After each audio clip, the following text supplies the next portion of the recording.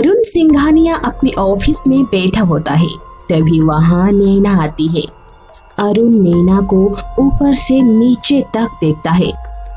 अरे खड़े खड़े कब तक तड़पाओगी, पास तो आओ। नैना उसके पास जाती है और उसके चेहरे पर हाथ फेरते हुए बोलती है, सर आज आप बहुत स्मार्ट लग रहे हैं। तभी वहाँ ऑफिस बॉय रमेश आता है और बोलता है, सर आपकी चाय।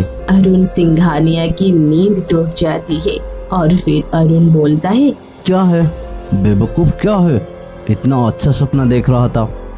अरे आज तो नैना मेरा हो ही जाती। अपनी मनुष्य शक्ल लेकर यहाँ से जाओ और जाकर देख नैना मैडम आ गई है तो कैबिन में भेज। जी सर, वो आ चुकी है, मैं उन्हें भेजती हूँ। ऑफिस पर रमेश नैना के पास जाता है और बोलता है, अरे नैना मैडम आपको बस बुला रही है। नैना को ऑफिस ज्वाइन किए हुए पूरे 1 महीना हो गया था। उसे इस नौकरी में अच्छे खासे पैसे मिल जाते थे, इसलिए वो आजकल बहुत खुश रहने लगी थी। पर उसने जैसे ही सुना कि बॉस उसे बुला रहे हैं, उसके मुंह पर से हंसी उड़ जाती है और वे मजबूरन बॉस के केबिन में जाती है। अरुण सर, क्या मैं अंदर आऊं? अरे हाँ, अंदर आ जाओ। तुम्हें कितनी बार कहा है कि बस मत कहो।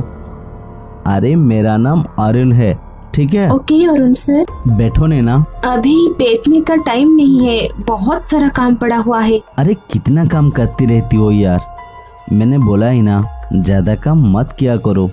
ऑफिस में और भी लोग हैं ना काम करने के लिए। और बस तुम मेरे पास बैठो और अपने बारे में बताओ। सब ठीक है सर, अब क्या बताऊं? बॉस उठकर नैना के पास आता है। फिर बॉस नैना के कंधे पर हाथ रखते हुए बोलता है, अरे इतना तुम काम पर ध्यान देती हो, थोड़ा सा ध्यान मुझ पर भी दिया करो। नैना घबराते हुए बोलती है, ठीक है सर, मैं अब चलती हूँ। अरे नैना तुम इतना घबरा क्यों रही हो, मैं तुम्हारा बॉस हूँ, तुम्हें कार्ड थोड़ी ना लूंगा। अरे तुम इस ड्रेस में काफी हॉट लग रही हो, क्या आज रात तुम मेरे साथ डिनर पे चलोगी? अरुण नैना से लगभग दुगनी उम्र का था।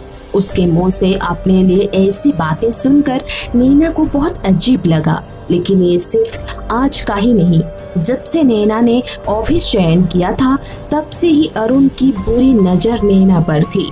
पर वो बोल भी कुछ नहीं सकती थी, क्योंकि उसे ये नौकरी बहुत मुश्किल से मिली थी। देखो नैना, मैं बॉस जरूर हूँ, पर मैं तुम्हारे लिए दोस्त जैसा हूँ, इसीलिए तुम मुझे अपना करीब दोस्त समझो।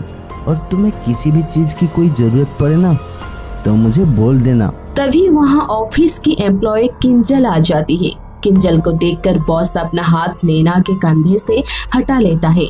नैना वहाँ से चली जाती है। सर, मुंबई वाला प्रोजेक्ट सबमिट हो गया है। फिर रात होने पर अचानक से नैना के दरवाजे पर दस्तक होती है। नैना दरवाजा खोलती है तो वहाँ बॉस खड़ा होता है। बॉस को देखकर नैना बहुत चक्का रह जाती है। सर, आप इतनी रात को यहाँ क्या कर रहे हो? अरे नैना, इतना जल्दी भूल जाती हो? मैंने तुमसे पूछा था ना ऑफिस में आज रात डिनर करने चले गए, तो तुमने जवाब नहीं दिया यार, और तुम ऐसे ही चली गई। अरे अब मैं आ गया हूँ तो अंदर नहीं बुलाओगी क्या? इतना कहकर बॉस अंदर चला जाता है। फिर नैना बॉस से चाय के लिए पूछती है, आप यही बैठिए, मैं आपके लिए चाय लेकर आती हूँ। नैना चाय बनाने चली जाती है। तभी वहाँ पीछे से बॉस आ जाता है और जोरों से उसके बालों की खुशबू सूंघता है। सर, आप क्या कर रहे हैं? अरे वो मैं तुमसे दूर नहीं रह सकता हूँ ना, इसीलिए। जी, आपने क्या बोला? वो मैंने तुम्हारे लिए गिफ्ट लाए हूँ, ये देखो, कैसा लगा? बहुत अच्छा है, पर ये मैंने नहीं ले सकती हूँ। अरे क्यों नहीं ले सकती हो? एक दोस्त दूसरे दोस्त को गिफ्ट नहीं दे सकता है क्या? रुको, मैं तुम्हें अभी इसे पहना देता हूँ। ओ सर, मैं। अरे ये सब कुछ नहीं, तुम्हारा बस का ऑर्डर है। बॉस नैना को हार पहना देता है। देखो ଏତିକି तो କହିକି ସୀତା तुम्हारी ପିୟୁଷକୁ सुंदरता କୁଣ୍ଢେଇ ପକେଇଲା। कितनी निखार गई। କିଛି ଦିନ थोड़ी देर बाद बाहर नैना का पति मुकेश आ जाता है। वो बॉस को अपने घर में देखकर बहुत चक्कर रह जाता है। वो आप तेरी- इस वक्त यहाँ आप क्या कर रही हो? घर पर ही- अरे कुछ नहीं, यहाँ से गुजर रहा था तो सोचा कि तुमसे मिल लूं और बस आ गया। ठीक है, चलो अब मैं चलता हूँ। इतना बोलकर बस वहाँ से चला जाता है। ये क्या चल रहा है? मैंने कितनी बार कहा है कि तुम अपनी बस से दूर मेंटेन करके रहो, और आज वो हमारा घर पे आ गया। ये तुम्हारा गले में क्या है? देख नहीं रहा क्या? हार है, बॉस ने गिफ्ट किया है। मैंने थोड़ी ना उन्हें बुलाया था, वो खुद आ गए। वैसे भी वो मेरे बॉस है। तुम इतनी नादान ना बनो। ये तुम्हारा बस सबको गिफ्ट देते हैं या तुम उनके लिए स्पेशल हो? ये तुम क्या बोल रहे हो? तुम मुझ पर आरोप लगा रहे हो? तुम इतनी छोटी सोच रखते हो? मैं ये सोच भी नहीं सकती थी। बिना मतलब की कोई किसे कुछ नहीं देता, समझी? एक दिन बॉस नैना को इतना काम देता है कि उससे करते करते रात हो जाती है। फिर जब नैना का बॉस नैना के पास आता है और उससे बोलता है, नैना, काफी देर हो गई है, चलो मैं तुम्हें घर छोड़ देता हूँ। अरे नहीं सर, आप तकलीफ क्यों कर रहे हो? मैं खुद चली जाऊंगी। देखो नैना, इसमें तकलीफ की क्या बात है? क्या यार, तुम्हें मैंने कितनी बार बोला है कि तुम मुझे बस मत समझो, और मैं तुम्हारा दोस्त हूँ। चलो अब तो ये रोज का हो गया था। अरुण इतना काम देता कि नैना को घर जाते हुए काफी देर हो जाती और बस उसे घर छोड़ने जाता। तो मुकेश को ये सब देखकर बहुत बुरा लगता।